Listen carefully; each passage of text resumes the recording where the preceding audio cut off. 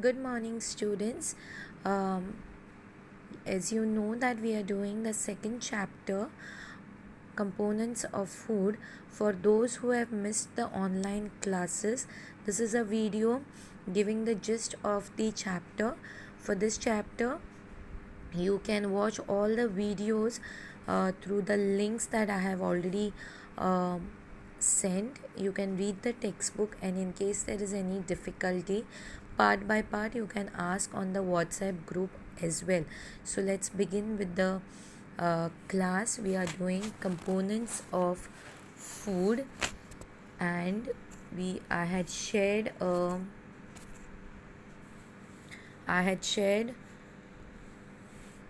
chart with y'all. I will again open up to that chart wherein we see the major components of food. Okay, components of food can be divided into three major classes. We have energy giving food, we have got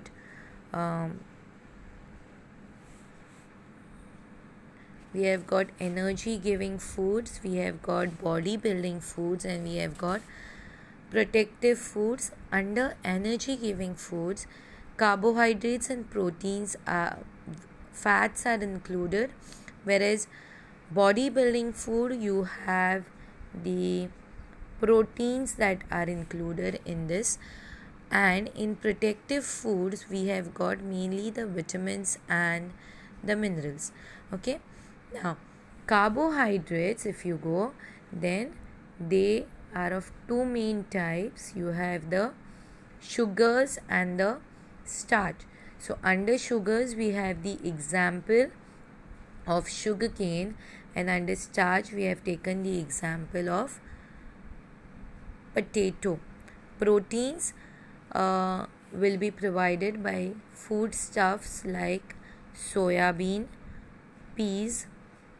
Fats can come from till and groundnut, whereas vitamins, minerals mainly come from food products like milk and fish. Each of this subtopic has been covered to you in the online classes, and related videos were shared with you. Now these are some of the images that already are shown to you, and let us try and understand the subtopic of deficiency diseases in this video, which I had done in my last class. Some of you all were unable to attend it, so the special video focuses on deficiency diseases. So you have seen that vitamins are protective foods. They are called as protective foods because they provide protection to the body, obviously. Now if you do not have vitamins and minerals, or for that matter the major components of food, then you will get deficiency disease. Okay, and these deficiency diseases are as follows. If vitamin A is insufficient or in less quantity in your body for a longer time, then it can cause loss of vision. That is the deficiency disease, and the symptoms are poor vision, loss of vision, night blindness, or sometimes complete blindness. Then vitamin B2 deficiency will cause weak muscles. Very little energy is present in such cases to do work. Vitamin C causes scurvy, which has symptoms of bleeding gum. Wounds will take longer time to heal. Vitamin D deficiency causes rickets, and in this the bones become very soft and they can bend. Calcium, iodine, and iron are minerals.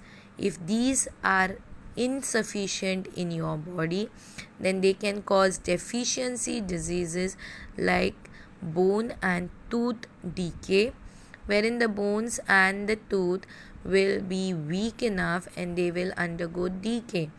Then iodine deficiency causes a condition or a disease called as goiter, wherein the glands near the neck are swollen and there can be mental disability in case of kids.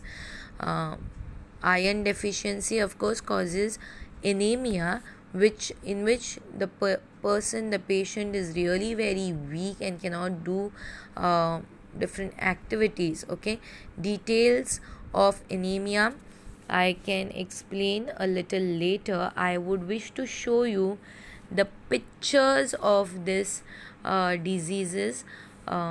Let's go to the disease. This is in case of vitamin C deficiency. Okay, a picture which shows vitamin C deficiency, scurvy. Okay, then we have got a picture of goiter. Here the glands, the thyroid gland swells up, and that's how under normal condition you see, under the normal condition your gland seems to be this way, but in case of goiter it is swollen, and this is happening because of deficiency of iodine. Now your thyroid gland functions very well if sufficient amount of iodine is available in your food. Now for the smooth functioning of thyroid gland, the mineral iodine is required. If this mineral is in less quantity, then the thyroid gland will not function well and it starts swelling up, and this enlargement of the thyroid gland results in a condition called as goiter. Now goiter can be totally avoided if your food contains enough of iodine, which will mainly come from the seafoods.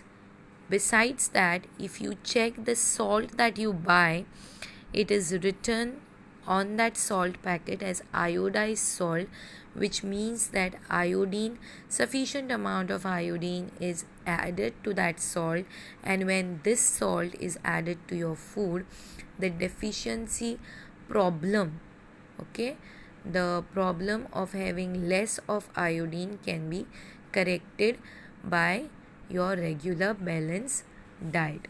Okay, so let's go to the next deficiency. Here vitamin D deficiency in adult is not very obvious, but vitamin D is required for the good health of the bones. In the adults, you can get symptoms like mood swings, then pain, joint pain, fatigue. That means you will feel a little tired. You can get muscle cramps if there is vitamin D deficiency. Actually, vitamin D is required for the absorption of calcium. Now calcium you can get from different food items like milk, okay, egg and stuff like that. But if your body needs to utilize this calcium, then you need vitamin D for it, and that's why all your health drinks, okay, mostly have got vitamin D, they say, which will help in the absorption of calcium, and then your bones and teeth will become strong. That's why all your health drinks mainly talk about calcium absorption by increasing vitamin D. If you know that there is a practice where small kids are massaged with oil and then they are given this morning sun, they are kept in the morning sun.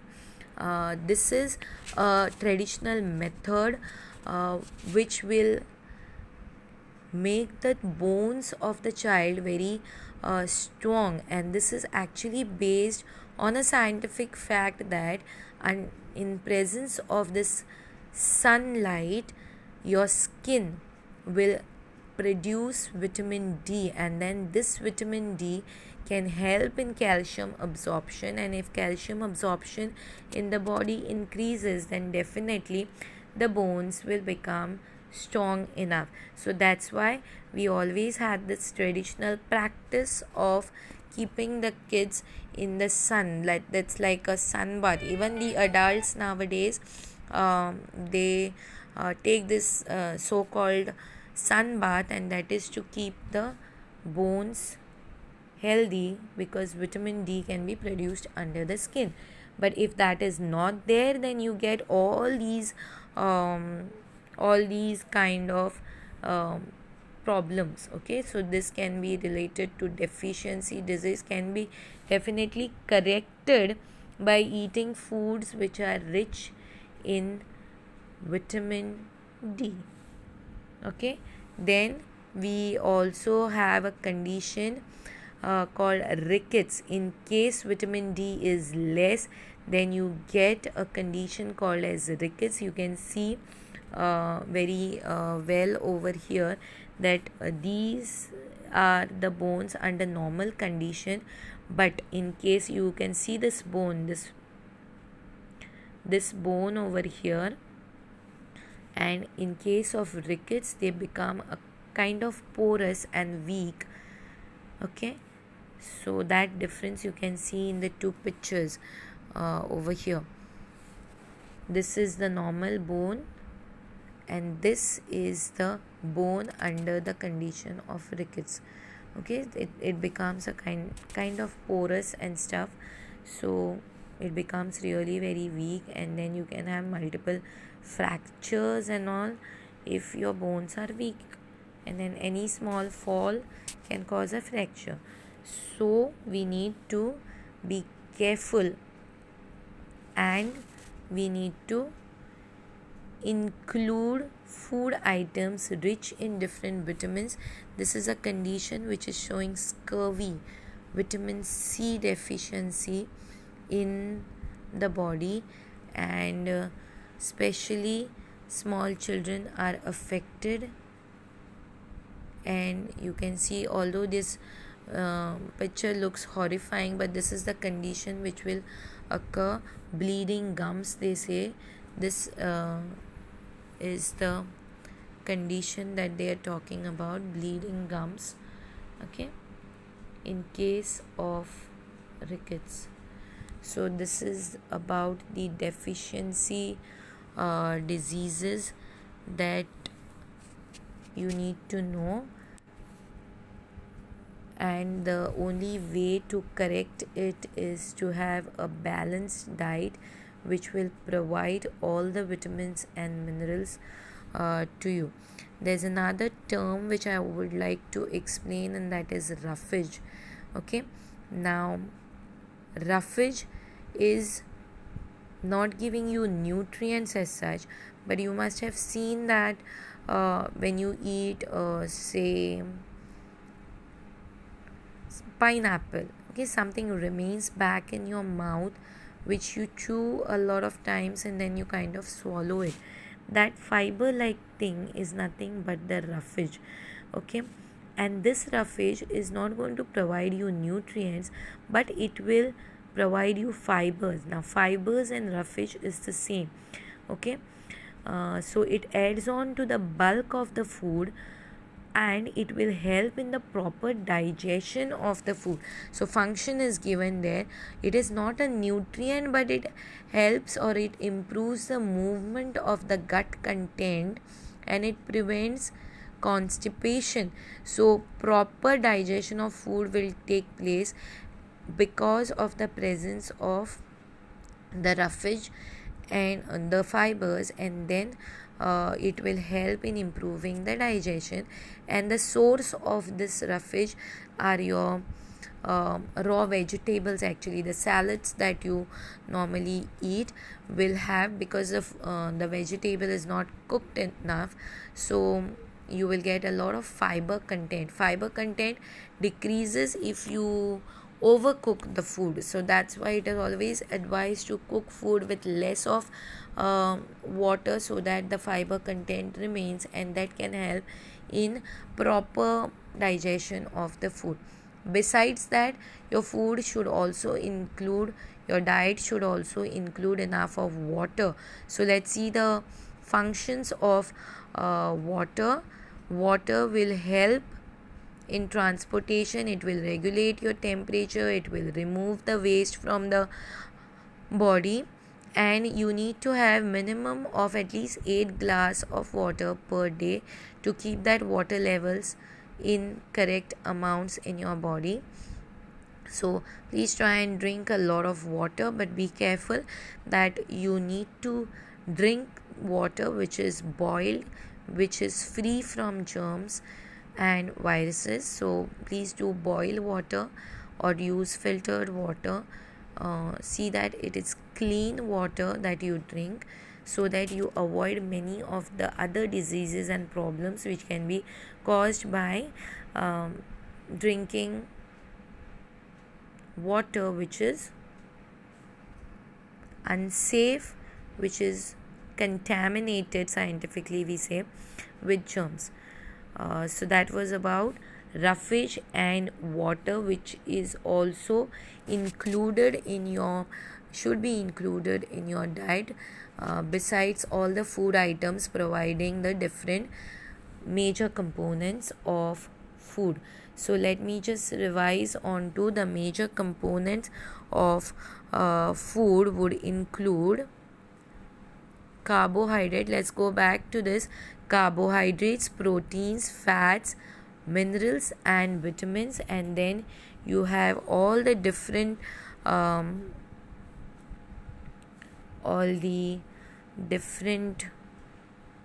food items which will provide you with these vitamins and minerals. Okay, I had already shared those pictures with you on the different sources of food, and you can refer to those, and in case of any difficulty you can ask me on that anytime.